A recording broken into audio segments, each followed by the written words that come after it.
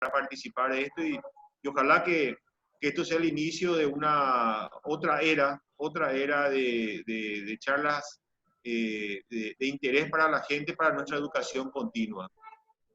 El doctor Martínez también está como invitado, él es médico de la Conmebol, jefe del departamento de rodilla del Hospital de Clínicas, y el doctor Morel, también trabaja en el Hospital de Clínicas, es el departamento de la unidad de patología. Nosotros le hicimos bloqueo la otra vez, ¿no?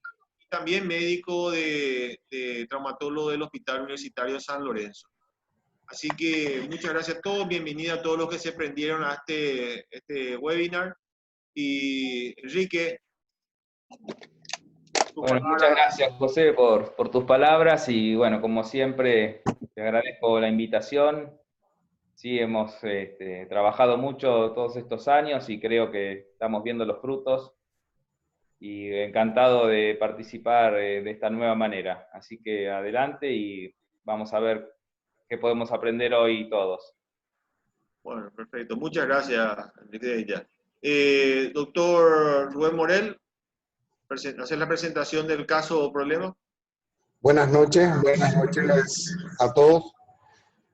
Hoy nos toca una charla sobre lesiones multiligamentarias en rodilla. Vamos a presentar un caso que tuvimos.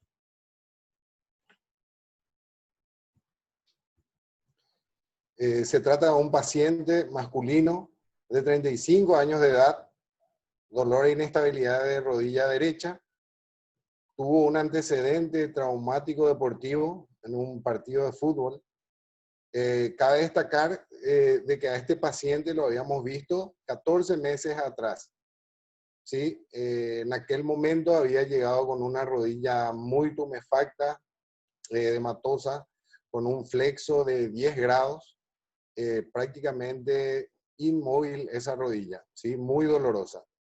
En esa ocasión nos tocó evaluar lo que fue la parte vascular, que sabemos que un 18% de estas lesiones, de estos esguinces de rodilla, tienen un componente vascular incluido.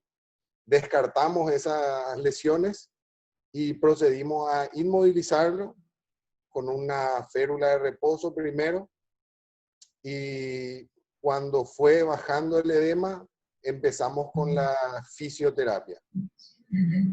¿Sí? Pasó mucho tiempo por todo lo que vino sucediendo en estos últimos tiempos.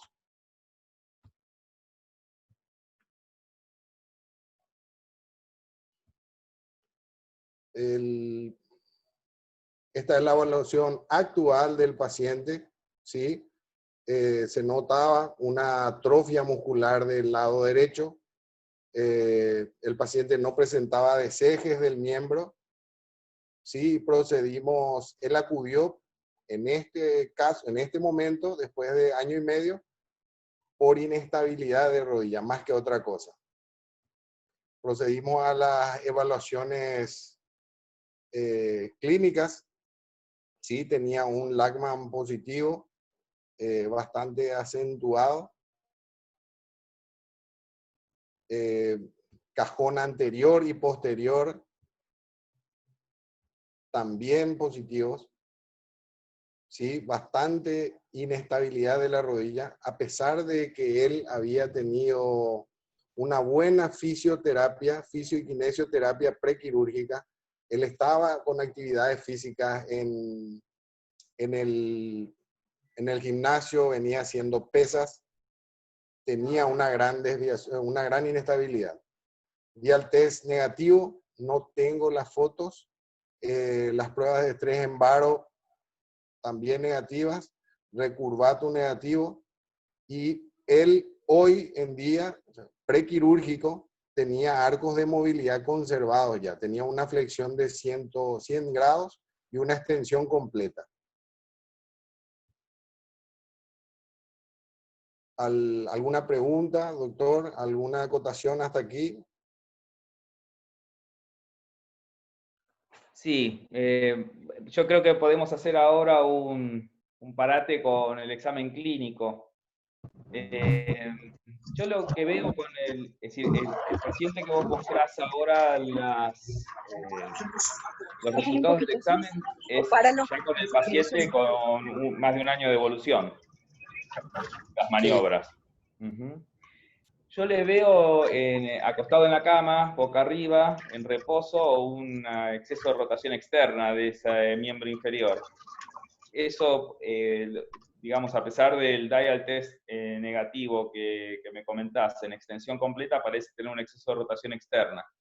¿Eso en vos esta, pensás que es por la posición de reposo de los rotadores externos de cadera? Porque comparado con la otra pierna es notable la diferencia. sí, en O esta pensás imagen, que hay algo en la rodilla que también lo puede estar llevando la rotación externa. sí, podría ser ya. Ujú. Y dentro de, de los hallazgos del examen clínico, las maniobras de bostezo medial, digamos, es decir, provocando el valgo de la rodilla, ¿tenían alguna apertura mayor a la Positivos. contralateral? Sí, tenía, Tenía. Ujú. tenía indicativo de una lesión del colateral medial. Bien, y nos podés decir un poco más de eso porque no está explicitado, digamos, en el texto. No, Eh, ¿Era en 0 y en 30 grados? ¿Había diferencias? ¿Era igual la apertura? en 0 grados sí, sí tenía. Ujú. En 0 grados sí tenía. Sí, Tenía, 30 grados ya disminuía un poquito. También tenía. también tenía. Ujú. Y en comparativa con el lado contralateral, que creo que eso es una de las enseñanzas más importantes del examen clínico, porque no importa que estemos revisando, si es bilateral, es importantísimo compararlo con el lado supuestamente sano, sobre todo si el paciente no alega ningún tipo de antecedente en la otra rodilla, en este caso. Negativo, sí. La otra rodilla, si Del vos la otro lado no comparabas, tenía. no tenía ningún tipo de apertura. No Bien. teníamos.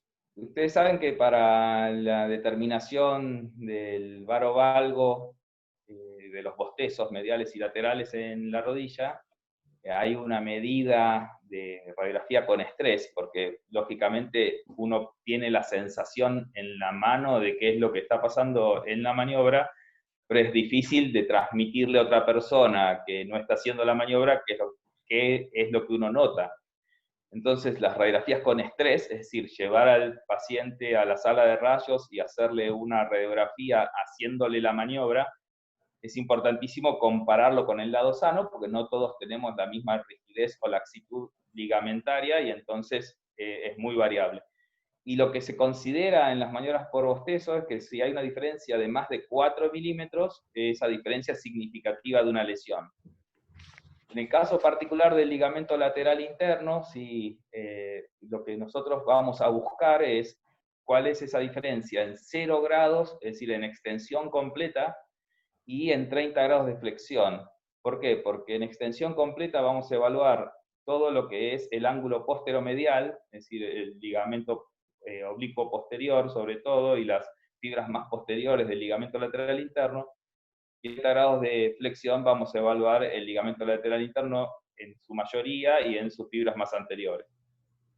Es decir, que acá lo que nos estaría, digamos, para completar las imágenes del examen clínico, hablar primero de la comparación con el lado sano, importantísimo para cualquier patología de un órgano bilateral, y bueno, la posibilidad de hacer radiografías con estrés, que es muy bueno para documentar, es, digamos, útil para el cirujano si tiene dudas. Lógicamente, si uno hace una maniobra y es notablemente visible la inestabilidad, no tiene mucho sentido más que para documentarlo, no nos va a hacer cambiar nuestra indicación de tratamiento, la imagen, pero sí para mostrar una radiografía con estrés para demostrarle, digamos, a nuestro auditorio cuál era el grado de inestabilidad. Otra cosa importante es el tiempo de evolución de la patología. Es decir, eso tal vez lo hablamos después de ver las imágenes, pero bueno, seguramente tu razonamiento con respecto a la solución del caso tuvo mucho peso el tiempo que pasó desde la lesión hasta la cirugía. Sigamos si querés y cortamos en todo caso después de las imágenes. Ok, ok, doctor. En cuanto a las placas radiográficas, vos lo dijiste, las radiografías con estrés no las tengo, sí, pero hubiesen sido de utilidad. Pasamos a lo que son las resonancias magnéticas, en donde tenemos las imágenes. Tengo unas imágenes de la resonancia del disco. A ver si me permitís un poquito.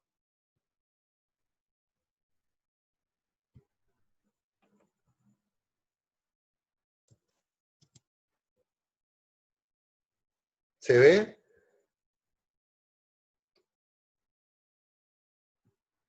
Tendrías que compartir la pantalla ahora para que lo podamos ver.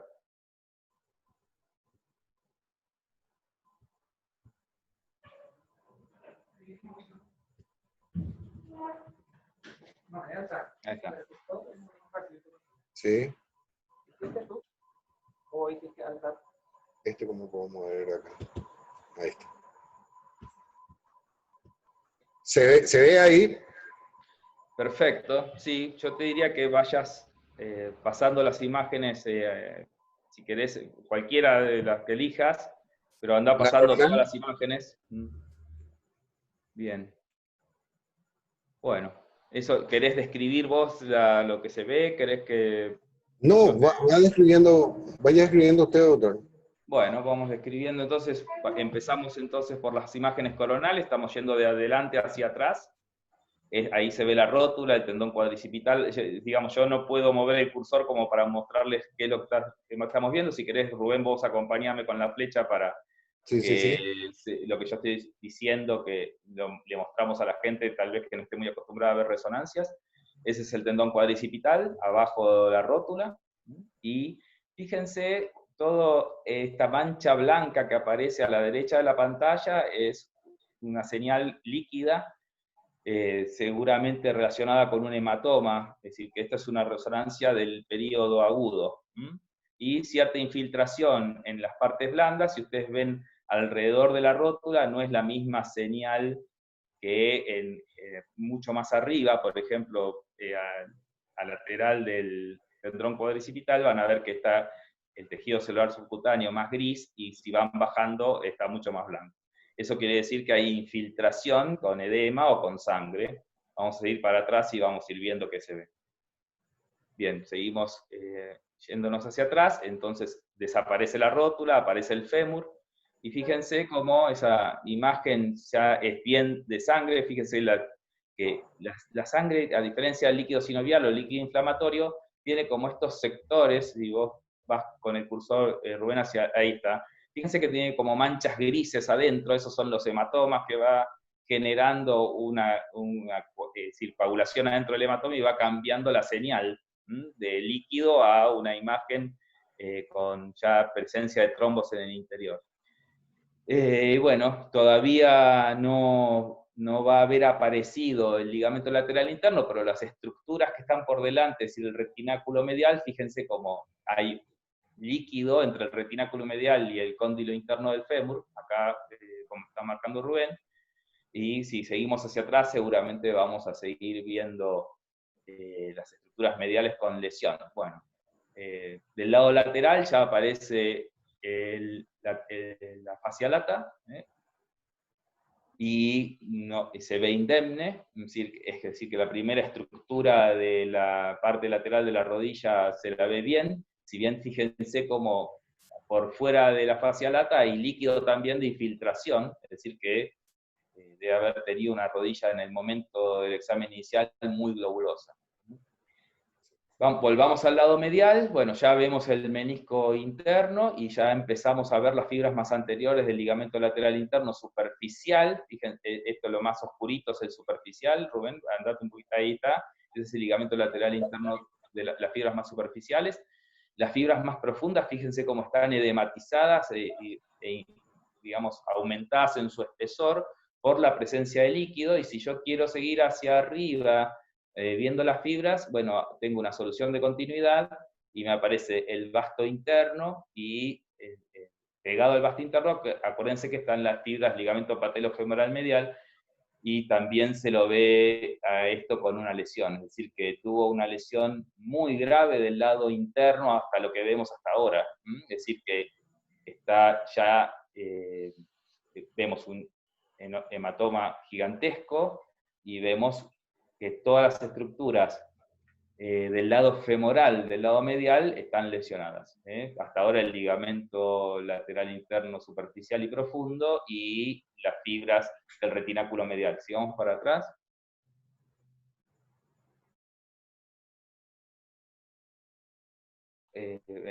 Acá también se ve, fíjense, dos cosas importantes aparecieron ahora: que el menisco interno está extruido, es decir, que el menisco interno ha salido de su domicilio hacia adentro, vamos a decir, hacia afuera de la rodilla y hacia medial de la línea del cuerpo.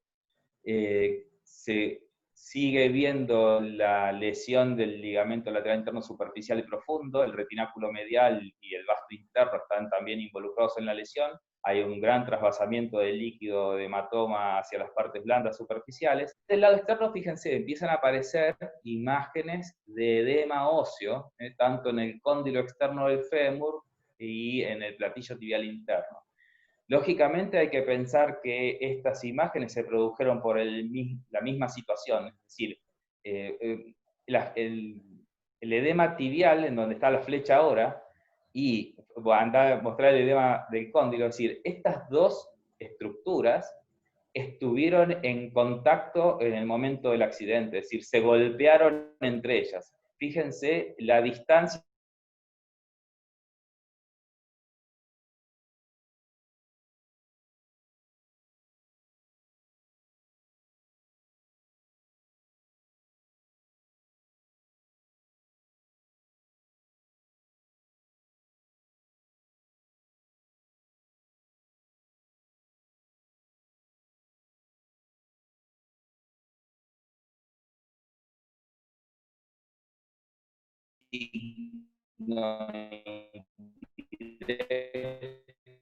de una lesión grave del menisco. Vamos a ver después que por el mecanismo de lesión y por la extrusión meniscal tenga una lesión de raíz del cono posterior.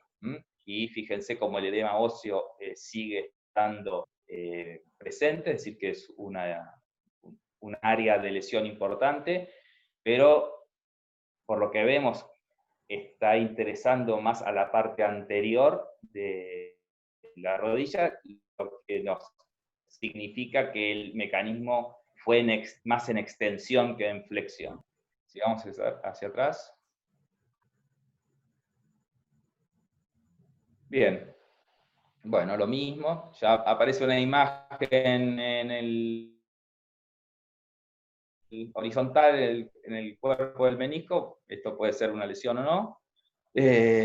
Pero digamos, en ese caso no está tocando los bordes, así que probablemente sea una lesión inflamatoria o vascular. No creo que sea una lesión concreta del menisco. Y bueno, sigue la lesión por detrás del ligamento lateral interno. Acá fíjense que viene la inserción de la Rubén. Ahí está, el tendón del aductor mayor ya empieza a aparecer, es decir que, ¿por qué lo nombro el aductor mayor? Porque ese es el límite que tiene el ligamento lateral interno, es decir, el ligamento lateral interno, digamos, va a llegar hasta ese lugar. Todo lo que esté por detrás no es ligamento lateral interno, ya es la cápsula posterior, lo que comúnmente ahora nosotros lo llamamos cápsula posterior interna, ahora tiene nombre de ligamento, que es el ligamento posterior oblicuo, y es el que probablemente nos esté dando esa posición en rotación interna. Después, en todo caso, podemos hablar un poquito de eso, de qué examen clínico espero con esta imagen. Hacia atrás, ya igualmente ya creo que ya mucho más nuevo no vamos a ver, pero lo único que me gustaría ver ahora es la raíz posterior del menisco interno. Seguí un poquito hacia atrás, Rubén, a ver si... Bien, ahí está, ahí está. Acá está, bueno, ahí se ve perfecto. Fíjense, hay un... Fíjense primero el lado externo, como para ver cómo deberíamos ver el menisco interno. Acuérdense que el menisco externo va a estar la imagen del cuerno posterior más adelante que la del cuerno posterior menisco interno, así que acá estamos viendo prácticamente su inserción en la raíz, falta un poquitito, pero está prácticamente toda, y del lado interno, en cambio, vemos un gap acá de la inserción, con andándose un poquito hacia el centro de la rodilla, ahí un poquito más, ahí termina, y ahí esa manchita blanca es la lesión de raíz. No hablamos de la estructura del lado lateral porque me concentré en el lado medial, pero bueno, ahí por ejemplo se ve la cabeza del peroné, el ligamento lateral externo insertándose normalmente, si quieren, es decir, por el mecanismo yo diría que está indemne todo lo lateral, digamos, no deberíamos encontrar nada, pero si querés volver un poquito para que las describamos a la imagen, como para tener ya un...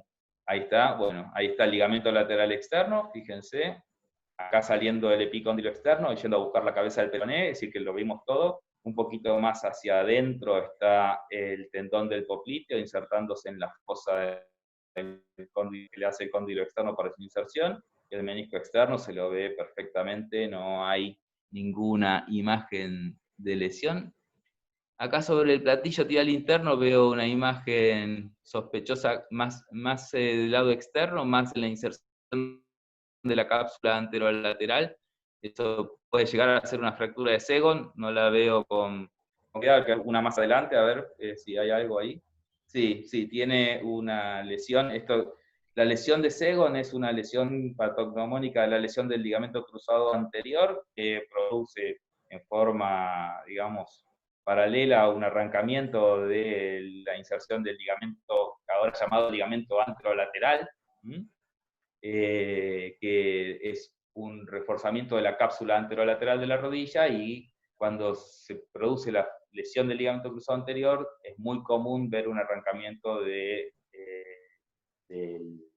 lado externo también. Entonces, en la resonancia lógicamente es mucho más sensible que una radiografía. En la radiografía no lo vimos, pero acá se ve claramente que tuvo un pequeño arrancamiento del anterolateral, y si ven en una radiografía una fractura del platillo tibial externo en esta posición, prácticamente pueden estar seguros que ese paciente tiene el ligamento cruzado anterior roto. Bueno, volvamos hacia atrás, es decir, del lado externo la parte ligamentaria está correctamente bien, todo lo lateral está sano.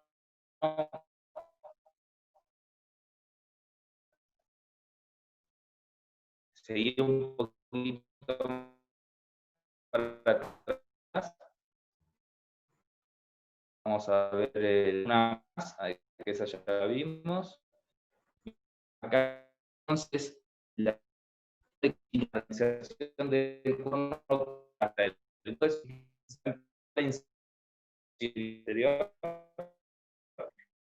y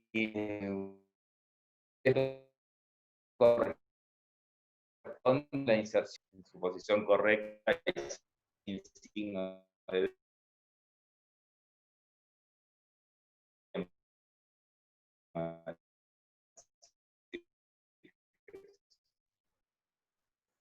es un tendón del popliteo. O sea, así vemos, no deberíamos ver gran cosa, pero anda pasándolas y vamos viendo.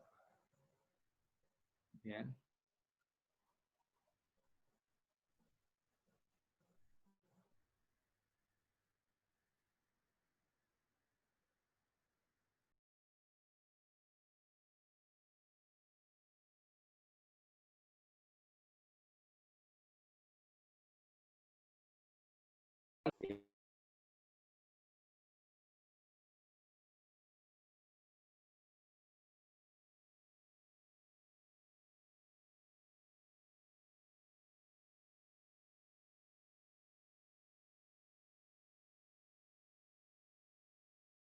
Digamos, ver el ligamento cruzado anterior. El ligamento cruzado anterior, vemos una sombra del ligamento cruzado anterior, es decir, que bien una imagen característica de lesión aguda del ligamento cruzado anterior. Tiene el muñón tibial más corto y el muñón femoral un poco más largo, es decir, que es una lesión de la sustancia del ligamento, pero más cerca de la inserción tibial. Digamos.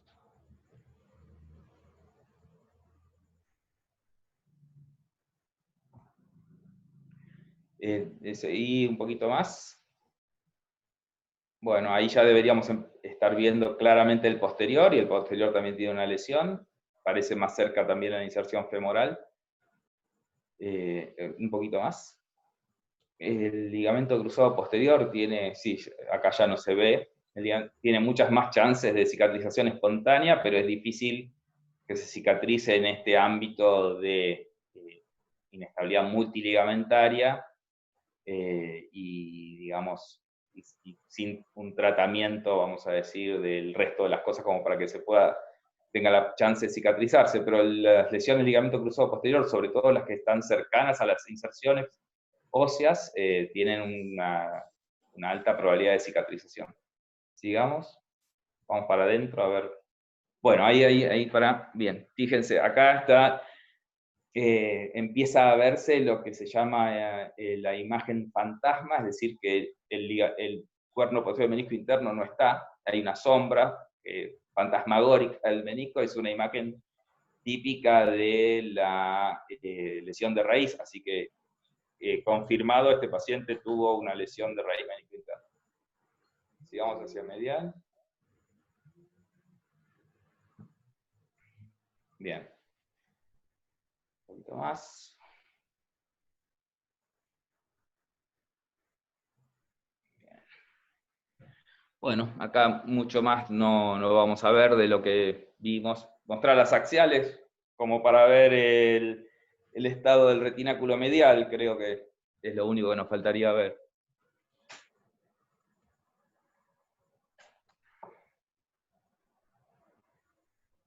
Bien.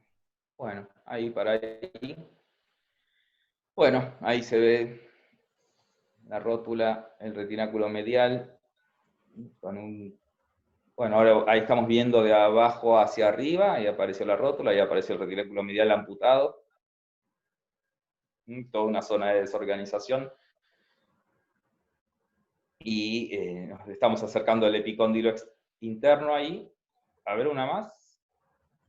A ver si vemos algo más significativo. No, todo una imagen de desorganización del tejido por la lesión. Es decir, esta fue una lesión, si bien es en un evento deportivo, es decir, no es un accidente de tránsito de altísima energía, pero sin duda fue una lesión de alta energía. No sé si él te contó cómo fue, pero lo más probable es que le hayan dado un planchazo a velocidad, que ir con una rodilla en extensión, y que haya hecho un mecanismo principalmente de valgo de la articulación y rotación externa, y con la rodilla bastante en extensión. Esos Cayeron sobre el doctor, sí. Se cayeron sobre él, ¿no? Claro, Sí. sí, acá seguramente fue una lesión de alta energía a velocidad, con si la persona que se le cayó encima lo agarró con el pie apoyado en el piso, hizo un movimiento de valgo, rotación externa, que es el mecanismo que, además de romperte el ligamento cruzado anterior, lesiona el menisco interno y el ligamento lateral interno.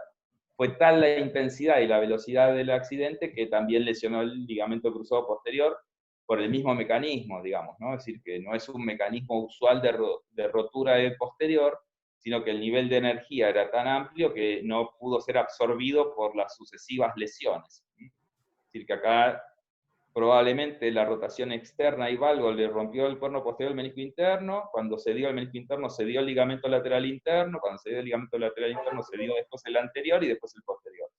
Y ahí, por suerte, paró. No siguió lesionándose y lo frenó, vamos a decir, la absorción del impacto, la rotura de todas estas estructuras y el impacto de un hueso contra el otro, digamos. Bueno, creo que hay que la resonancia, no sé si seguí mostrando para arriba, a ver si aparece algo más digno de comentar, pero me parece que ya vamos a haber visto todo.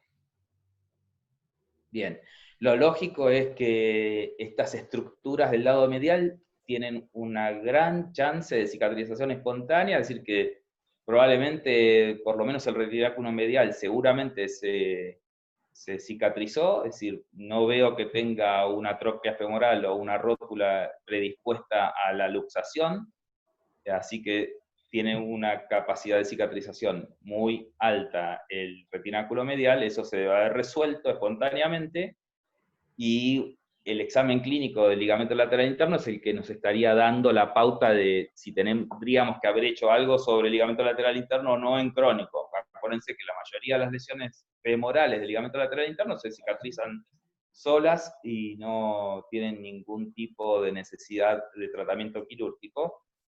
Después de más de un año de evolución, digamos. Bien. Entonces, Una cosita, Enrique. Hay una pregunta acá. Aparentemente en la descripción clínica se dijo como que tuvo 14 meses de enyesado. No. Parece que entendieron así algunas personas. ¿Puedes aclarar un poquito eso? ¿Qué hiciste en ese momento en agudo? No, en agudo llega el paciente al consultorio con una rodilla muy edematosa, muy tumefacta, con un flexo de 10 grados. En ese momento lo que hicimos fue analgesia, evaluar algún signo vascular que no lo tenía, y en ese momento le confeccionamos una férula de reposo, ¿sí? Porque estaba con mucho dolor. Eso duró 2 semanas, y después de eso, cuando bajó más la sintomatología, ahí empezamos con la parte de fisioterapia. Empezamos a movilizar y un poquito de trabajo de desinflamación también. Pero fueron dos semanitas las que tuvo esa férula. No tuvo inmovilizado los 14 meses. No va a aclarar porque parecía que alguien, acá en el chat aparece pregunta como si fuera que estuvo inmovilizado tanto tiempo. Ahora, Enrique, una cosa. Dijo Rubén al comienzo que el 13% de estas lesiones están acompañadas de lesiones vasculares. ¿Cómo? Yo ya vi, la verdad que uno no se imagina la gravedad del caso, o a veces minimiza la posibilidad, pero yo justamente he visto en la sala eso una vez, un paciente que se trasladó de un servicio a otro, cayó el paciente, cayó a las 12 del mediodía, y acá la actividad ya termina a las 12. Lo que sí que al día siguiente ya era tarde, tenía una lesión vascular, ya había sido remitido a otro servicio y terminó una amputación en una persona de 26 años. O sea que solamente cuando ocurre te das cuenta que puede pasar esto. Muchas veces se minimiza. Ahora, ¿cómo garantizamos en Argentina?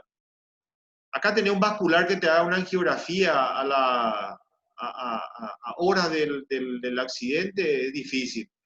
¿Qué otra forma le estudias para eliminar la posibilidad de una lesión vascular, Enrique? Mira, lo primero que hay que hacer es, lógicamente, tomarle los pulsos distales y ver comparativamente con el lado sano si hay alguna diferencia palpable. Pero la forma más adecuada de decidir si vos, ese paciente, vas a ir a revolver cielo y tierra para hacer una angiografía o no, es tomarle la presión del brazo y tomarle la presión de la pierna, la presión arterial. Y si hay una diferencia de 0.9 o menos, es decir, si es menor a 0.9 la relación entre la presión de la pierna y la presión del brazo, es un indicativo muy claro de que tiene una lesión vascular, y prácticamente el 100% de las personas que tienen una diferencia menor a 0.9 tienen una lesión vascular en este tipo de luxaciones articulares. Es decir, sí, es lo primero que hay que descartar en agudo, y lógicamente tenés 6 horas para resolverlo si hay una lesión grave, pero también no hay que olvidar que este tipo de lesiones vasculares pueden involucrar una lesión de la íntima de la arteria, es decir, que tenga pulso, que tenga una buena presión al principio y que se vaya deteriorando, y tenés hasta 24, 72 horas de plazo para que esa íntima se desgarre y produzca el stop de la circulación. Así que no solamente hay que observarlo en el agudo, sino que hay que monitorearlo por lo menos 48 o 72 horas. La forma de decidirle el pedido de la angiografía es la diferencia en la presión arterial entre el brazo y la pierna, digamos. Perfecto. Ahí en ese corte se puede ver la lesión de Segon, o solamente en el frontal. Y si lo debería cortar justo a nivel de... En esos cortes axiales lo podrías ver también, ¿sí? Tendríamos que ver una que esté justo cortado a nivel de la lesión. Guillermo Azulay justamente nos había indicado, justamente levanté eso en la página, las lesiones de Segon, que eran mucho más visibles. Esta era muy, muy pequeña, casi Es muy chiquita, sí. muy chiquita. De hecho, en la radiografía no se veía. Es decir, que desde el punto de vista de la necesidad de tratamiento, no tiene ninguna necesidad de tratamiento porque no estaba desplazada, pero bueno, apareció justo ahí, la nombro, digamos. Siempre la buscaba, Enrique. Siempre le pedía es el problema, que es difícil pedirle a un radiólogo que vea, el experto en imágenes, que vea la imagen, que busque la imagen cuando no conoce, ¿verdad? Vos, tu radiólogo Azulay seguramente ya lo va y lo busca per se, ¿verdad? Ahora, vos siempre le indicás que busque cuando no se trata de Guillermo Azulay. No, en general, si la fractura de Segon está desplazada, sí me importa como para, si el paciente tiene una lesión aguda del ligamento cruzado anterior y tiene una lesión de Segon desplazada, me motiva a mí repararlo. Es decir, no lo dejo pasar porque es una de las posibilidades de que se mantenga la inestabilidad rotacional o que falle la reconstrucción del injerto. Entonces, digamos, solo le doy importancia a una fractura de Segon si tiene fragmento desplazado. Si es como esto, que se ve la medialuna, digamos, alrededor de la inserción, pero sin desplazamiento, no le presto mayor atención. ¿Te parece suficiente el tiempo de inmovilización de la rodilla, 14 días? En el caso de una lesión del cruzado posterior, ¿uno se te conformaría con 14 días o vos le inmovilizaría más tiempo? Yo le suelo Bien, es una buenísima. inmovilizar un mes, generalmente. Todo depende de qué piensas hacer con el paciente.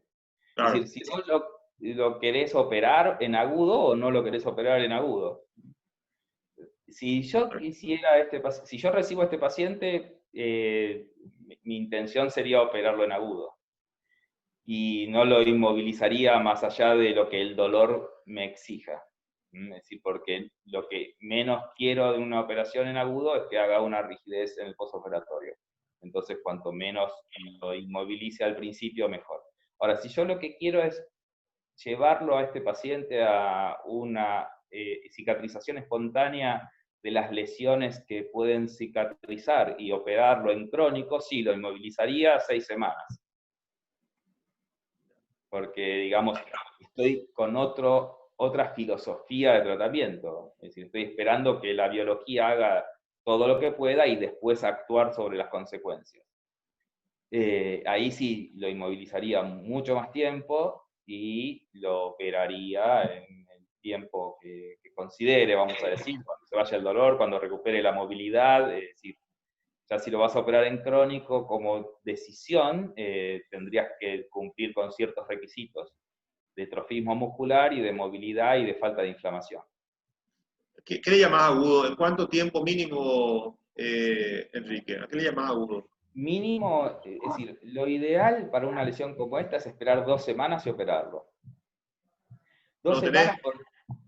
¿El problema de extravasación de líquido en la artroscopía no tenés? ¿No te preocupa? Por eso hay que esperar 2 semanas exactamente, porque para que se cicatrice la cápsula articular y no tengas grandes pérdidas de líquido de la artroscopía. Sí, entre la segunda y la tercera semana, es decir, a la segunda semana ya es posible operar un paciente como este sin que se extravase el líquido, y hasta la tercera semana tenés tiempo de reconocer perfectamente las estructuras que podrías reparar, sobre todo por la lesión del ligamento lateral interno, que en este caso, si uno lógicamente lo opera antes de que se cicatrice, tiene que hacer algún gesto sobre la reparación del ligamento, reconstrucción o agregado de algún implante, digamos, de lo que se usa, se está usando muchísimo ahora, del internal bracing, que es como un tutor interno, vamos a decir, que son cintas de hilo tipo Firewire que se colocan como tutor interno para que cicatrice en la posición que uno desea. Como aumentación, vamos a decir, de la reparación. Perfecto. Doctor Hugo Martínez, ¿alguna pregunta, alguna acotación, doctor? Hola, ¿me escuchan? Sí, se te escucha bien. Comparto con Enrique la terapéutica, el modo, el mecanismo en tiempo. Me tiraría al lado de operar en agudo, y el agudo serían de 2 semanas, que sería el tiempo suficiente, creería yo, inmovilizado y hasta con un dispositivo de marcha, y operar ya. Yo creería que quirúrgicamente el manejo de las estructuras están más maleables en ese momento que 6 semanas después. Hay fibrosis, la cápsula endurecida, no sabemos la rigidez de esa articulación, cómo vendría, porque tendría que ponerle a ese paciente de 6 meses inmovilizado. Esa inmovilización no creo que sea permanente. No sé si lo haces, profe, la inmovilización durante las 6 semanas, pero con fisioterapia, kinesio, o solo y únicamente inmovilizado. Bien, no, la inmovilización yo la haría con un brace articulado, permitiendo la movilidad, y el apoyo sería progresivo y dependiendo de la capacidad del paciente para resistir. Es probable que, como contaba Rubén, que esté muy dolorido al principio y lógicamente no podemos pretender que inicie una rehabilitación rápida, pero sí, en cuanto el paciente esté en condiciones de tolerarlo, recuperar la movilidad, recuperar la capacidad de apoyo, pero mantener la férula articulada. Daniel, hay una pregunta acá. Dice si reconstruiría en un paciente joven de 60 años. ¿Daniel, soy yo? Sí, perdón. Enrique. No te preocupes. Perdón, siempre le digo a Daniel le digo Enrique, a Enrique le digo Daniel. Disculpame, Enrique. Sí, acá preguntan si haría el mismo tratamiento en un paciente joven de 60 años. Bien, muy buena pregunta. En estos casos de lesiones tan graves, si ya la edad deja de tener alguna importancia de corte, vamos a decir, porque la lesión es muy grave, es decir, probablemente una persona con este tipo de lesiones tenga dificultades para caminar, es decir, tenga dificultades para las actividades más básicas de la vida. No es que yo estoy pretendiendo que vuelva a jugar al fútbol un paciente como este, porque probablemente tenga una incapacidad muy, muy intensa y que le altere su vida diaria. Así que sí, no hay límite de edad para operar una persona con una lesión multiligamentaria de rodilla. Es decir, el límite o la indicación te lo da más el grado de incapacidad para las tareas habituales. Es decir, en una persona de 60 años que no puede caminar por esto, yo lo operaría. Si la persona de 60 años, después de una rehabilitación, de una cicatrización espontánea, recuperó su capacidad para la marcha y está conforme con su nivel de actividad, no lo tocaría, depende. No sé si contesté la pregunta, pero me parece que iba al hecho de si la edad es una limitante. No es una limitante para decidir una cirugía. Enrique, en ese paciente de mayor de 60 o 60 años, sí plantearías un tratamiento no agudo. Sí, en un paciente de 60 años no lo expondría, digamos, a un tratamiento en agudo. Sí, sobre todo si no tiene expectativas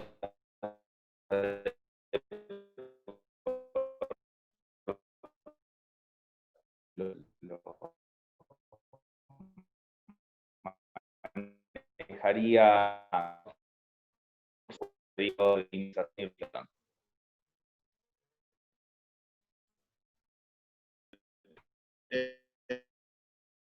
Enrique.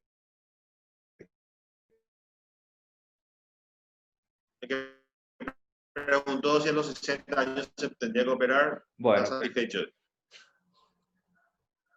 ¿El informe se ve? Hola.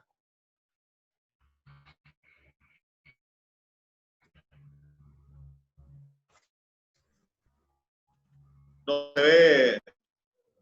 ¿Qué querés mostrar, Rubén?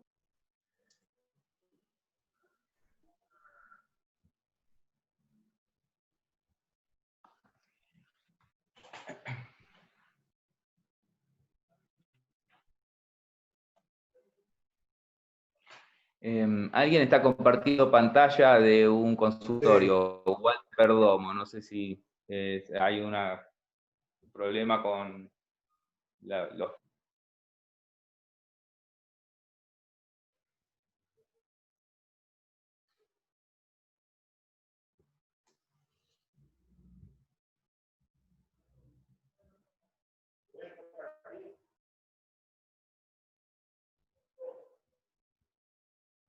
Ahí estamos.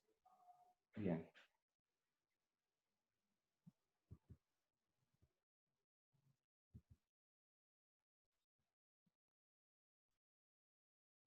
¿Qué tal? ¿Se ve ahí? Perfecto, ahora sí estamos con tu pantalla.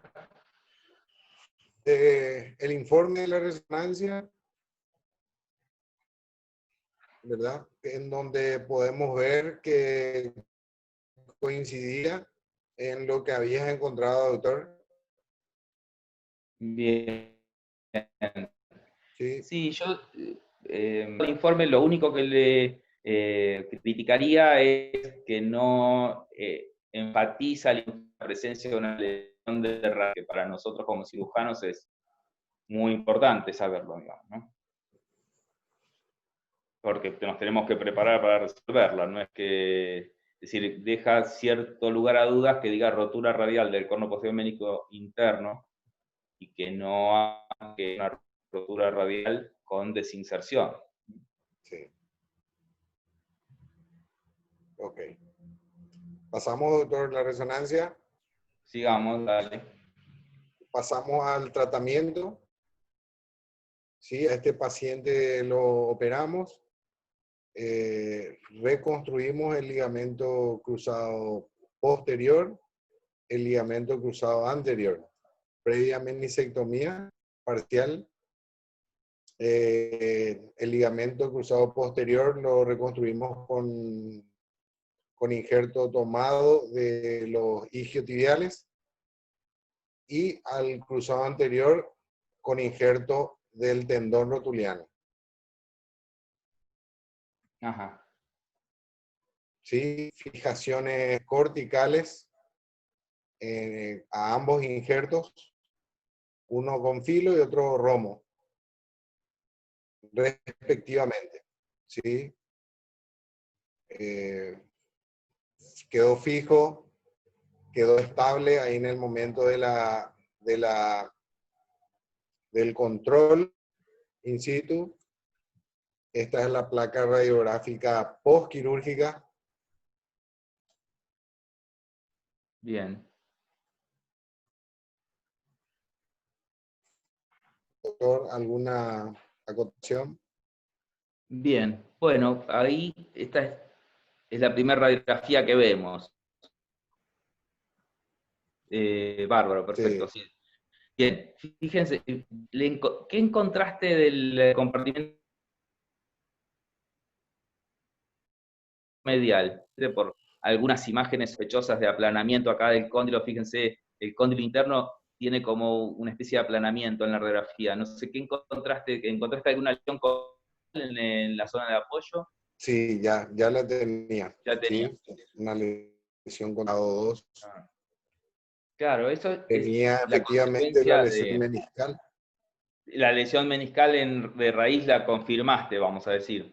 Sí, Se vio. sí se ve. Claro, es decir, 14 meses después de una lesión de raíz, fíjense cómo empezaron los cambios preartrósicos en la radiografía, es decir, un aplanamiento del cóndilo interno. Acá, yo en el centro del área de apoyo veo como, no sé si veo mal, pero me parece como que hay un pequeño sacabocado en la cortical, ¿m? Y una disminución del espesor de la luz articular del lado medial. Es decir, lógicamente es esperable que vaya hacia la artrosis del compartimento medial. Y la lesión del menisco interno es una de los predisponentes para la falla, así que hay que cuidarlo muchísimo, que no haga ningún tipo de actividad riesgosa hasta que estés absolutamente seguro de la maduración de los injertos. Es decir, porque el hecho de no tener menisco interno, en este caso, actúa como un desestabilizador de la construcción. Es decir, y puede ser la causa de una falla de la reconstrucción ligamentaria que has hecho. Después, se ve una muy buena posición del túnel tibial del ligamento cruzado posterior. Fíjense que va dirigido el túnel hacia la parte más posterior de la inserción, está muy bien. El túnel tibial ligeramente posterior, pero aceptable. Y en el frente, si vamos al frente a los túneles femorales, el túnel femoral, si el injerto está por encima del tornillo, está perfecto, el túnel femoral del ligamento cruzado posterior. Y el del ligamento cruzado anterior está ligeramente, poquito, pero en muy buena posición. Es decir, que desde el punto de vista de la posición es esperable un excelente resultado mecánico, de buena estabilidad. Eso yo no diría que tiene ningún tipo de comentario a hacer, es decir, me parece técnicamente impecable. Y el ligamento lateral interno, no le hiciste ningún gesto de reparación. No. Bien. Digamos, lo que te juega a favor es que tiene una tibia baja, es decir, habría que seguirla hasta abajo, pero ya por la posición interlínea articular es notable que la tibia baja, así que eso va a jugar a favor mecánicamente de la edad medial.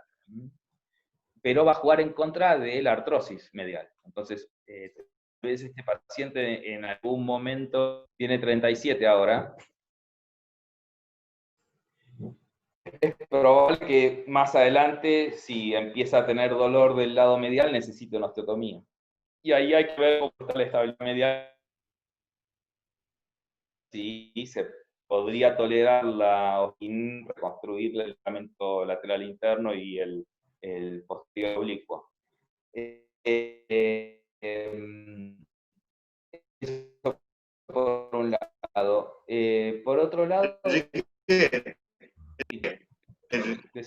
Enrique. Sí. Hola, Enrique. Sí, yo te escucho. Hay una pregunta de un discípulo tuyo de Tucumán. Si por qué se usó isquiotibiales para cruzado posterior, ¿por qué no se usó cuadricipital?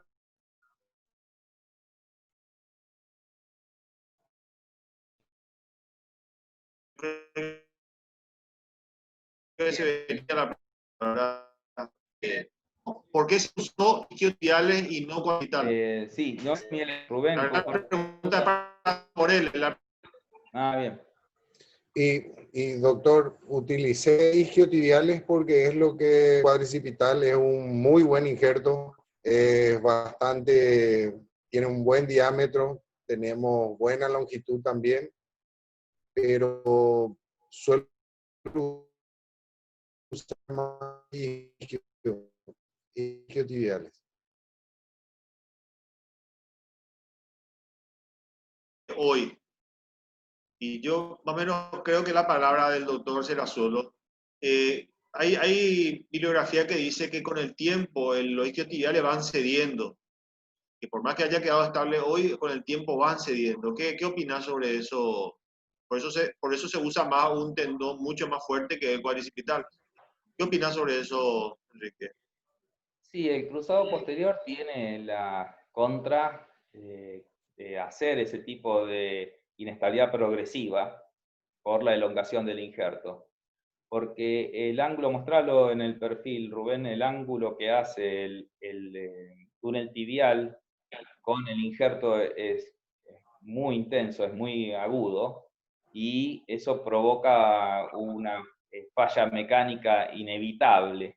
Por eso hay desarrollos de técnicas que ponen el injerto sobre la pared, es decir, que utilizan un injerto que un hueso, y entonces ahora sí, lógicamente vamos a hablar de la rehabilitación, pero es una de las pautas más importantes para que no se elongue el injerto, es el cuidado de los primeros 3 a 4 meses. Ahora seguramente lo vamos a hablar, Rubén, ¿no?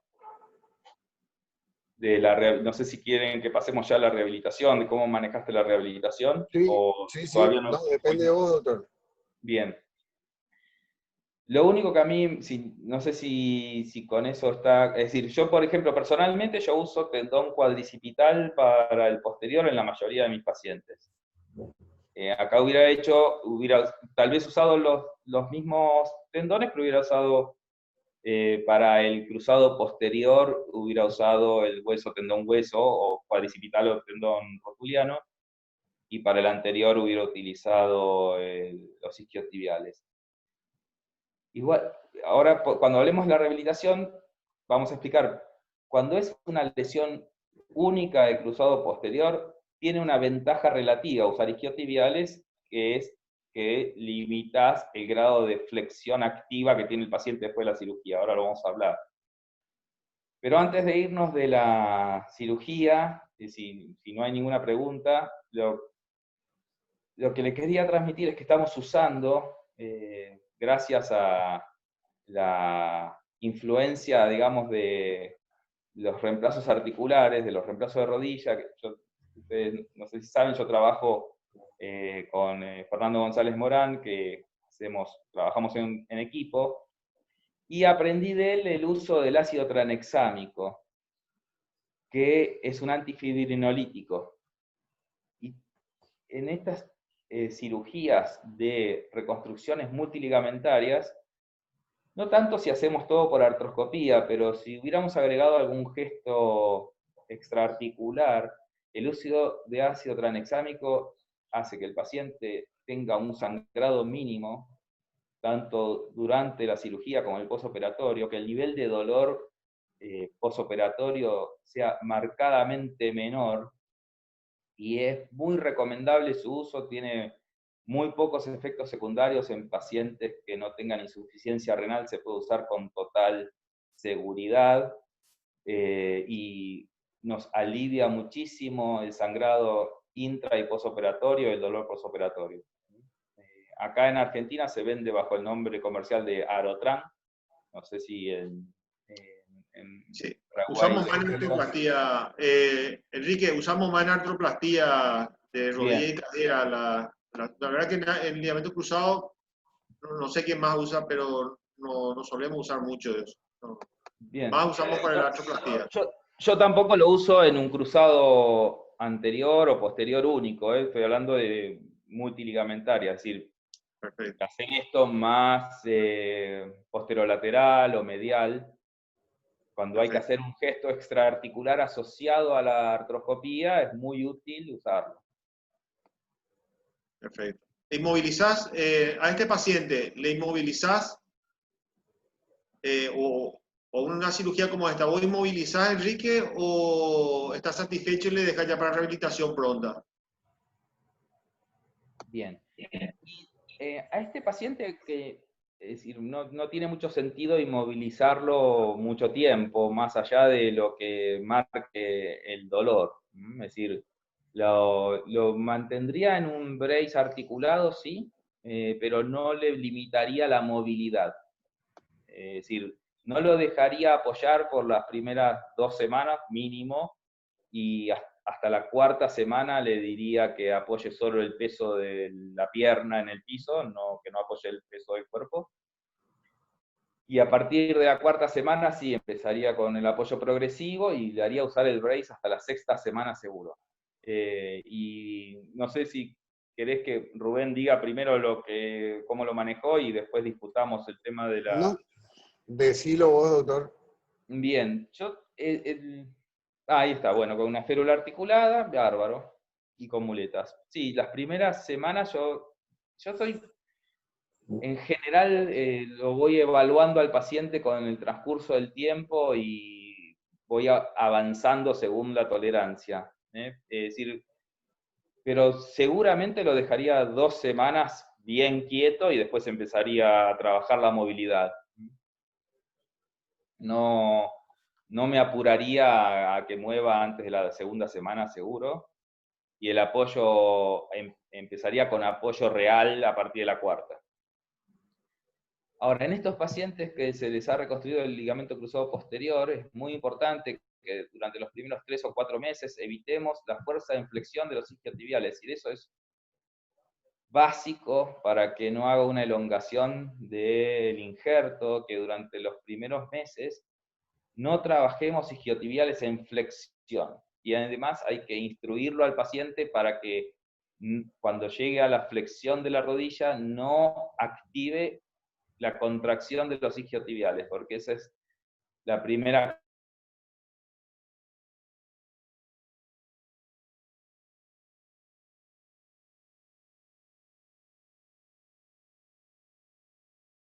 causa de elongación del injerto. Buena acotación. Hay varios kinesiólogos que están escuchando acá, por eso es importante la acotación. Y justo en lo que estaba escuchando de una actualización que hizo el kinesiólogo Osvaldo Patiño, decía eso, que el kinesiólogo siempre tiene que ponerse en comunicación con el médico que lo operó, porque él es el que sabe cómo quedó después de la cirugía, ¿no? Todas las cirugías son iguales, Enrique, y por eso siempre tiene que estar en comunicación el kinesiólogo con el médico. Por supuesto. ¿Y Rubén? Sí, sí, Enrique. Bueno, a eso me refería yo con la ventaja indirecta de reconstruir con isquiotibiales al cruzado posterior, que ya quirúrgicamente le sacás la posibilidad de flexionar la rodilla porque no tiene los tendones, vamos a decir, ¿no? Y el tiempo que va a tardar en recuperar la fuerza flexora por la regeneración de los tendones isquiotibiales y por la hipertrofia del semimembranoso, es protectora del injerto del cruzado posterior. Es decir, pero el concepto, es decir, en cualquier reconstrucción del cruzado posterior, así el cirujano les diga, no, trabajarlos igual, que estoy muy seguro de mi construcción, no lo hagan porque va a tender a elongar el injerto inevitablemente. Digamos, es significativa la diferencia de haber trabajado o no los isquiotibiales en flexión durante los primeros 3 meses con la elongación del injerto. Es decir, que no se debe hacer. Aunque el cirujano se los permita, no lo hagan porque va a elongar el injerto. Piensen que el injerto pasa por un periodo de maduración que es muy largo y que en las primeras semanas es muy débil porque ustedes están quitando un tendón del cuerpo, preparándolo en la mesa de cirugía y volviéndolo a poner. No hay células vivas en ese injerto en el momento que ustedes la colocan. El cuerpo tiene que generar brotes vasculares que invaden el injerto, que lo revitalizan y que lo transforman en un ligamento en un periodo de 3 a 4 años. Las primeras semanas ese injerto es absolutamente no vital, tiene un grado de tolerancia a la tensión mucho menor que el tendón y que el ligamento que quiere reemplazar, así que no puede ser sometido a ninguna fuerza extra. Entonces, el cuidado en este caso pasa por evitar la fuerza flexora de los isquiotibiales. ¿Cómo trabajamos los isquiotibiales en extensión?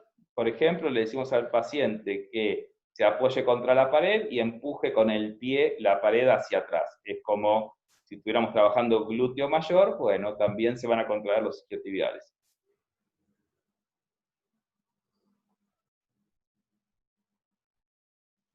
Bueno, ¿sí?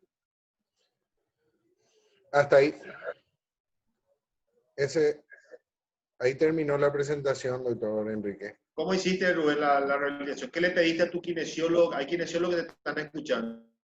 ¿Qué le pediste a tu kinesiólogo que haga? No, todavía. Este caso acabamos de resolverlo.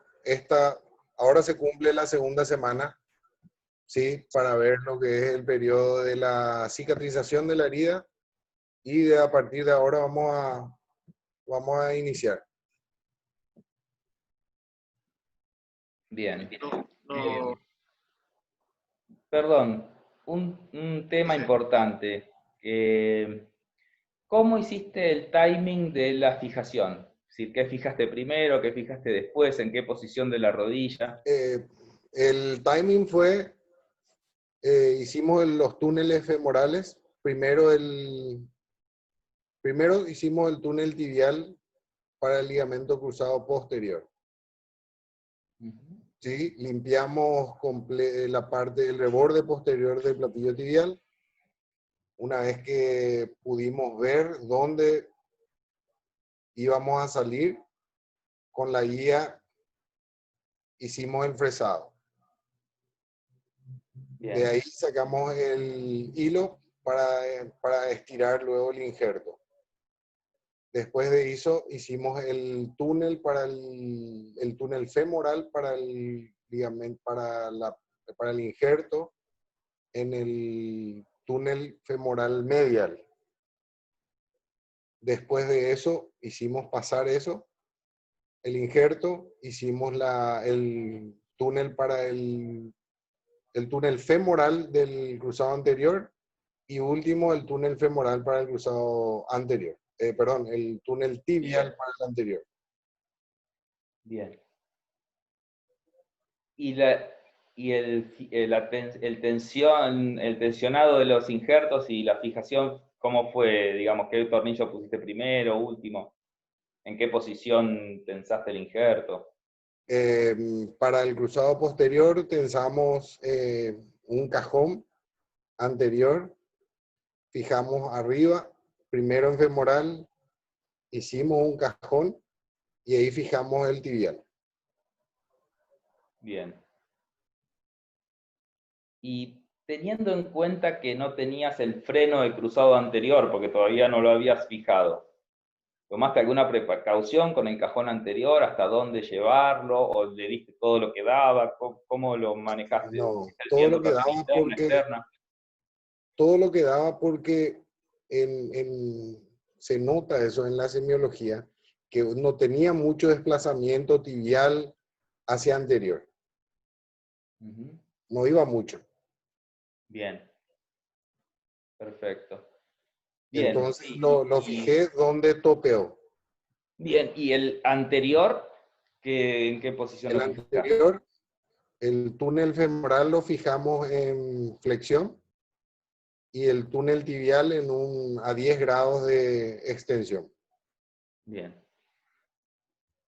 ¿Y él había recuperado la extensión completa? Digamos, ¿en la cirugía vos notaste que tenía la misma limitación a la extensión o ya dormido la recuperó? No. En el prequirúrgico ella había recuperado la extensión completa. Bien. Bárbaro. Algo importante que recuerdo por lo que acabas de comentar, que en el examen clínico es muy común confundir una lesión del cruzado posterior con una del cruzado anterior. ¿Por qué? Porque la tibia con la lesión del cruzado posterior se cae hacia atrás. Entonces, cuando ustedes hacen las maniobras para cruzado anterior y las llevan hacia adelante, dicen, uy, cómo se mueve esta tibia para adelante, debe tener roto el anterior.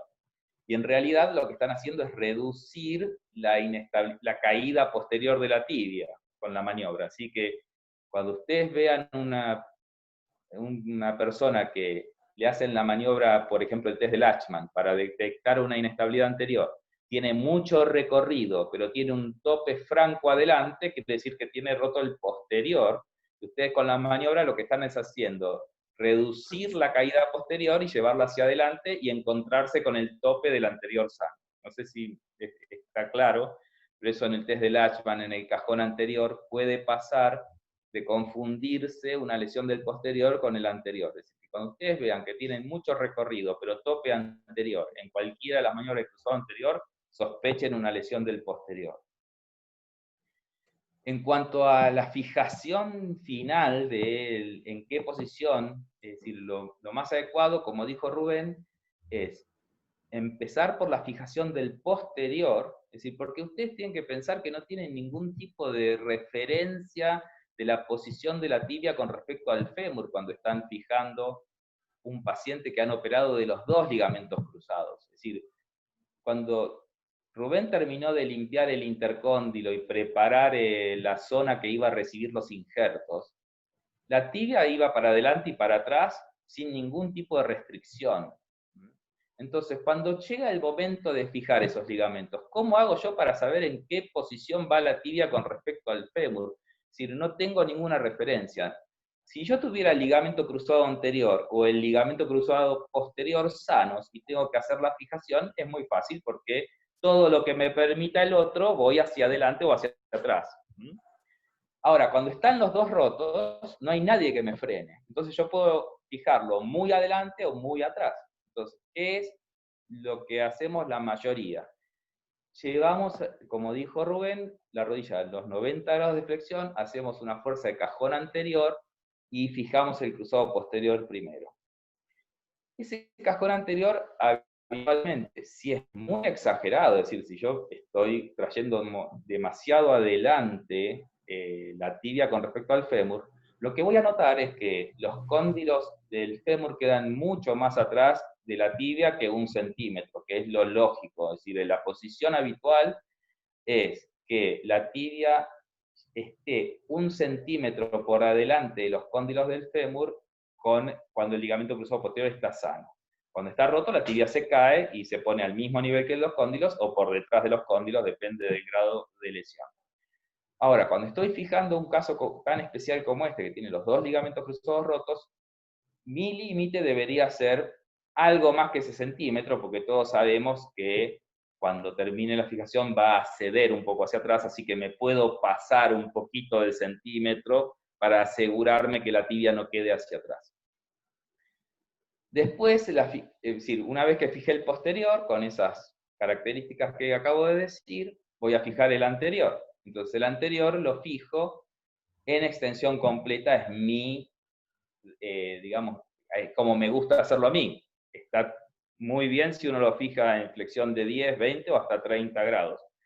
Pero en estos casos en los que hay una inestabilidad múltiple, prefiero llegar a la extensión completa. ¿Por qué? Porque sé que no me estoy quedando con un injerto tenso en extensión. Si el cruzado anterior, cuando los túneles está todo bien hecho, se va a tensar en extensión como se tensa naturalmente el ligamento cruzado anterior original. Entonces, si yo fijo en extensión completa, sé que no voy a tener un problema de limitación a la extensión en el posoperatorio. Sobre todo un paciente que ha heredado, vamos a decir, del periodo preoperatorio, si bien se resolvió antes, pero tuvo una tendencia a tener la rodilla en flexión y es muy probable que en el posoperatorio la repita y que entre a jugar la memoria de la retracción de la cadena posterior y nos complique después en el posoperatorio alejado recuperar la extensión completa.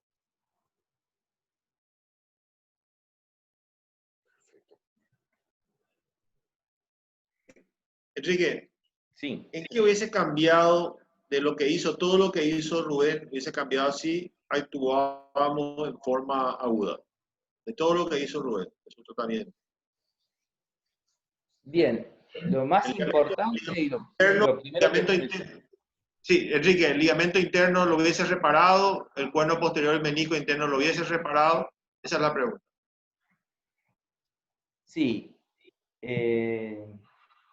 A ver, yo hubiera empezado, si hubiera sido operado en agudo, lo más adecuado hubiera sido, bueno, iniciar el procedimiento con una artroscopía, reinsertar el corno posterior interno sin fijar la reinserción, es decir, uno deja pasado los hilos por el túnel, es decir, yo lo hago a través de un túnel tibial, la reinserción de la raíz posterior.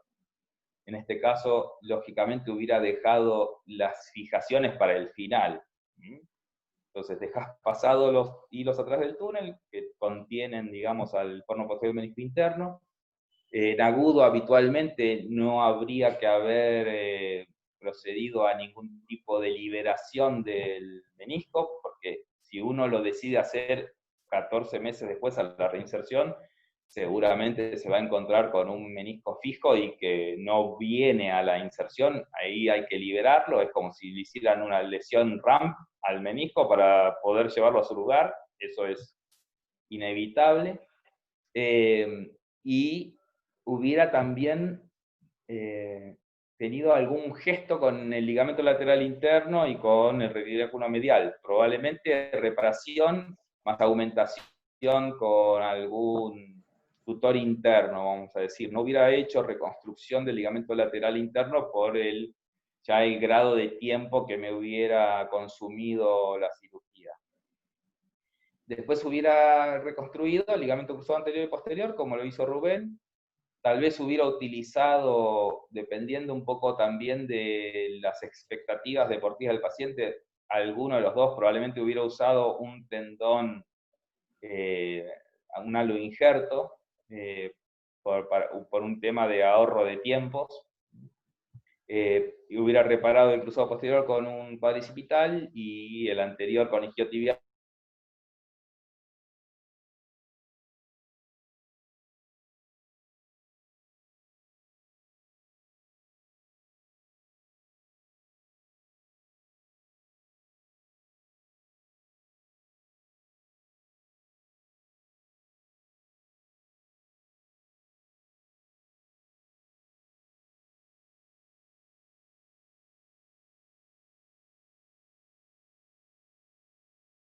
Tenga una inestabilidad medial que sea subjetiva, es decir, que el paciente se queje de la inestabilidad medial, yo a ese ligamento lateral interno no lo tocaría.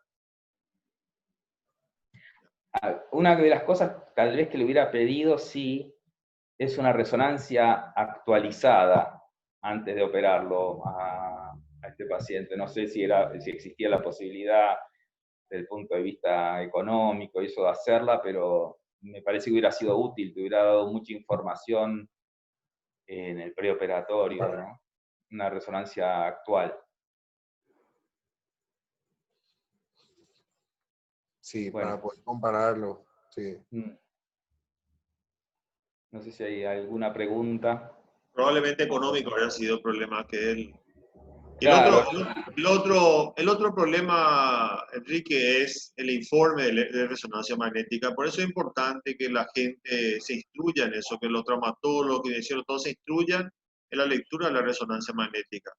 Hay muchas cosas que no sé, no conozco uno que te informe sobre la inserción de la raíz del menisco posterior, del menisco interno, por ejemplo, de la raíz posterior. Por lo menos yo nunca vi un informe que te diga eso. No sé, Hugo Martínez, si vos viste alguna vez un informe que te hable sobre la raíz posterior del menisco, de uno de los meniscos. No,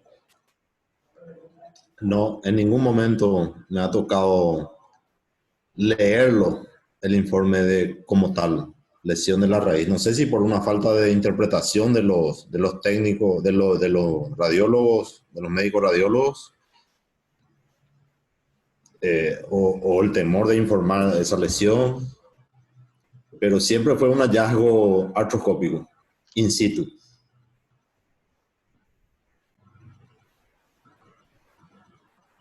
Sí. Hugo, vos preguntaste sobre la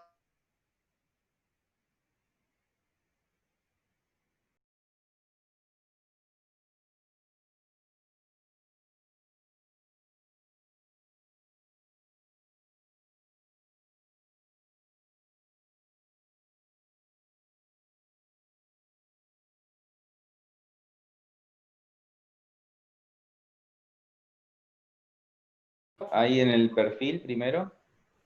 Es decir, un poquito, ese es el del cruzado posterior, el otro. El del posterior. ¿Vos decís el de posterior o el anterior? Anterior, anterior. Anterior, bien, ahí está, bien. Ahí está el túnel. Es decir, la radiografía no es un perfil estricto. Fíjense que No. el fondo de los dos cóndilos no coinciden como para decir que estamos en un perfil estricto. Yo el túnel femoral del cruzado anterior no lo veo mal, es decir, está dentro de lo aceptable y de lo correcto. Es decir, habitualmente yo lo pondría al túnel algo más distal en situación anatómica, es decir, que si estamos acostumbrados a hablar de horarios, esto yo lo hubiera puesto un poco más 10:30, está 11 menos cuarto, digamos, lo podría un poquito más acostado del túnel femoral.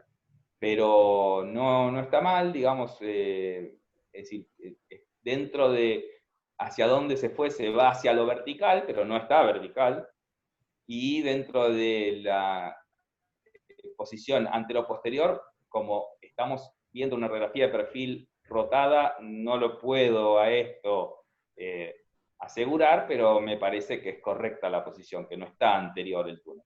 Está bien. Ok. Con respecto, quisiera decir algo con respecto a la resonancia y el tema de la falta de informe de las lesiones de raíz, que hay que llamarlo al radiólogo y decirle, mira, yo veo esto, veo una lesión de raíz, veo el menisco extruido, veo la imagen de menisco fantasma, y veo la falta de conexión entre el menisco interno y su inserción.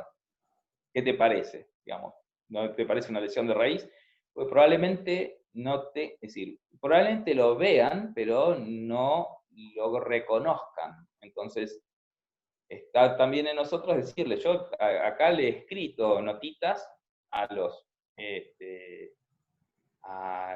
médicos de imágenes diciendo, mira, veo tal cosa, ¿qué pensás? Es importante porque así se agiliza, vamos a decir, el diagnóstico. Pues probablemente lo vean, que hay que decir, porque de hecho lo informa como una lesión del cono posterior, radial, con extrusión, todo, bueno, le faltó poner raíz. Es decir, hay que decir, mira, la próxima poner raíz porque yo la puedo interpretar, pero probablemente haya otra persona que no sepa interpretar la resonancia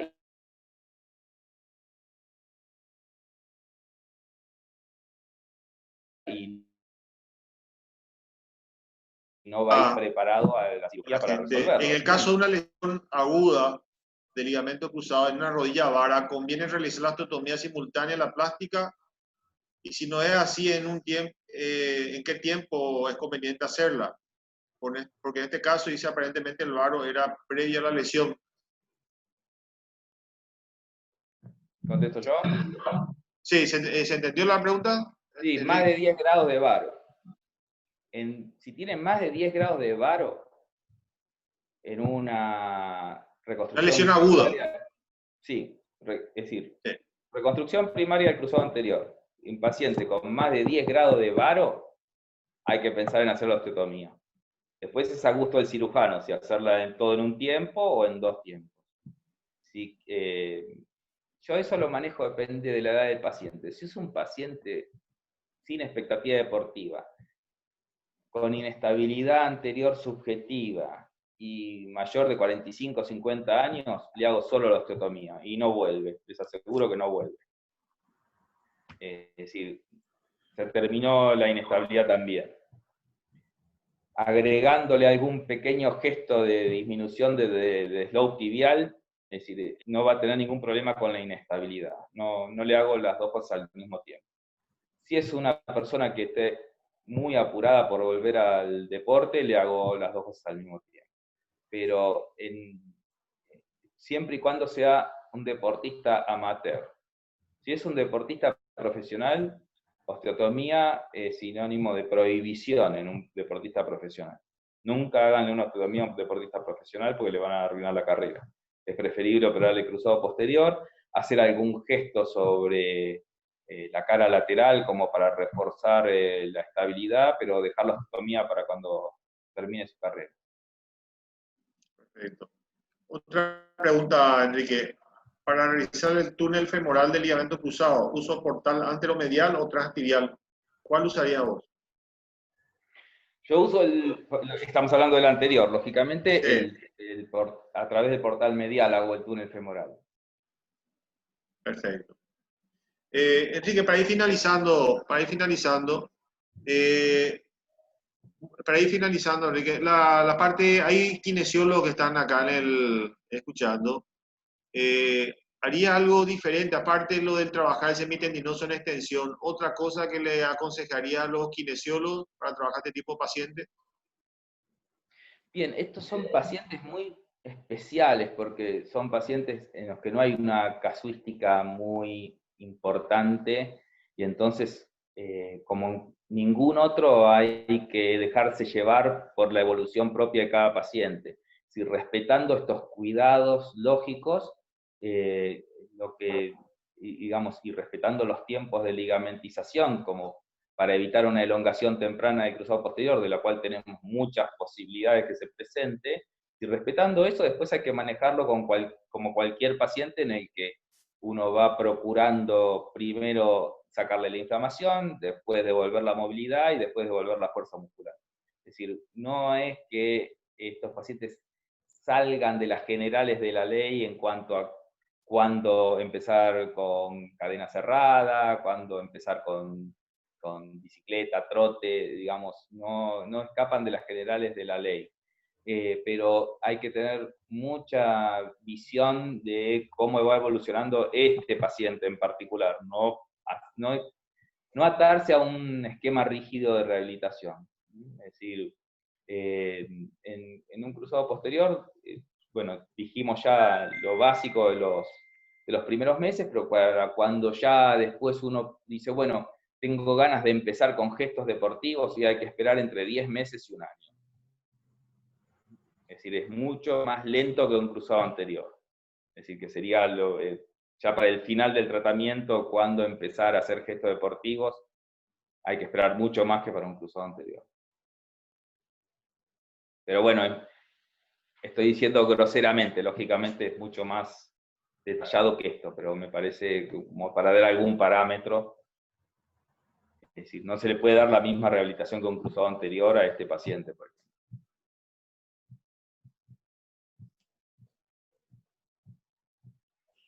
Doctor Martínez, ¿alguna acotación?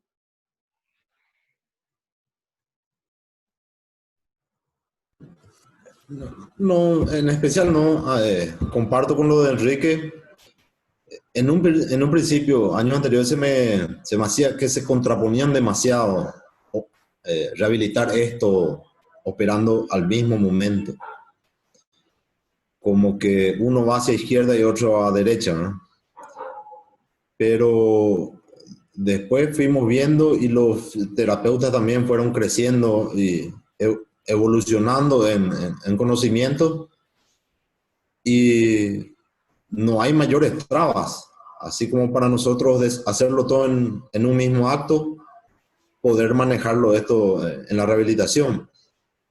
No encuentro mucha traba en poder realizarlo.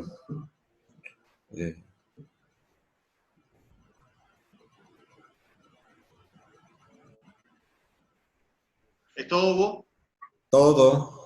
Bueno, creo que estoy finalizando, Enrique. No sé si querés decir algo que quedó. ¿Qué te parece? No sé. Mira, me parece que, bueno, que hablamos de todos los temas, fue bastante intenso y fue bastante completo. Es decir, lógicamente, alguna cosa que se nos habrá escapado, pero creo que se desarrolló bien el tema y las particularidades de un paciente como este. Bueno, más que nada, te agradezco, José, que vos y tu grupo se estén tomando el trabajo de organizar estos encuentros, que creo que son muy beneficiosos para todos aprendemos mucho y siempre la presentación de un caso te deja una enseñanza extra, porque no es lo mismo este paciente que lo que puede uno encontrar en un artículo o en un libro. Así que la presentación de casos es una de las formas más perfectas de aprender. Así que ojalá que lo repitamos. Yo, por supuesto, totalmente abierto a cuando quieran presentar otro caso como este o como el que deseen, cuenten conmigo. Sí, te agradecemos. Como siempre, Enrique, muy amable, te agradecemos un montón. Espero que ese curso de artroscopía que lo hicimos hace 10 años en la sala 11, lo volvamos a repetir tal vez el año que viene. También está Gonzalo Gómez, también está muy entusiasmado. Le veo a la gente que nos ha ayudado en ese entonces, el doctor Guillermo Azulay, el doctor Patiño, también el kinesiólogo también se prendió. Y tal vez el año que viene podamos realizar otro, no sé si curso de especialización, sí, pero sí un curso oficial sobre artroscopía general. La semana que viene también quiero aprovechar para invitarles a todos los que están todavía en el auditorio, invitarles a una charla sobre medicina del deporte, valoración interdisciplinaria del rendimiento deportivo. Lo hace el doctor Juan Carlos Quiseno. Va a estar como invitado especial el doctor Miguel Romero del Olimpia, el doctor Aldo Martínez de Cerro Porteño y el doctor Daniel Amarilla, que por suerte va a estar cada uno en su casa para que nos agarren en el auditorio después entre ellos, ¿verdad? Pero va a ser muy interesante. La dirección del doctor Quiseno, que está muy entusiasmado con esto también. Pensamos también volver a hacer, así como lo hicimos en la Facultad de Medicina, lo hicimos el curso de especialización en medicina del deporte, querríamos repetirlo el año que viene. Y yo creo que ya con más experiencia, creo que podemos sacar un curso mejor realizado. Le agradecemos también a todos los participantes, al doctor Pedro Serrazolo, que lo veo cómodamente acostado ahí como siempre. Es raro verlo acostado al doctor Serrazolo, doctor Enrique Moya, pero lo solemos acostado. Bueno, muchas gracias, doctor Serrazolo, también por su presencia de Tucumán. Hoy hablé con su colega, doctor Landa, que va a participar con nosotros en una jornada sobre osteonecrosis de cadera, que probablemente lo vamos a hacer de acá a 3 semanas. Realmente tenemos mucha ayuda, Enrique, en la participación de mucha gente que quiere participar de todo esto de la medicina, de la educación médica continua. La verdad que para nosotros los paraguayos, que nos cuesta un poquito viajar, que somos un poco tímidos, la verdad que esta cuestión de la cuarentena nos favoreció enormemente, porque se hicieron un montón de webinars de que pudimos participar hasta gratuitamente, pero no solamente eso, en cuanto a tiempo, pudimos participar en un montón de jornadas internacionales que realmente fueron muy buenas. Particularmente estoy participando del curso oficial del doctor Daniel Moya, que de tu hermano Enrique, que realmente es fantástico, ¿verdad? Y sobre todo copiar esa metodología, la seriedad con que se encara, muy buena jornada. Así que no sé, yo particularmente no tengo más nada que decir, Enrique, solamente agradecerte. Y bueno, perfecto, si vos querés seguir ayudándonos, sería bien recibido. Te tomamos como parte de este grupo,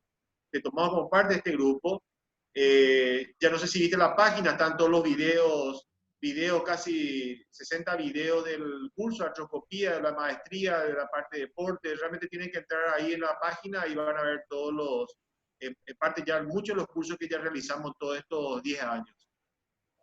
Bien. Así que muchísimas gracias.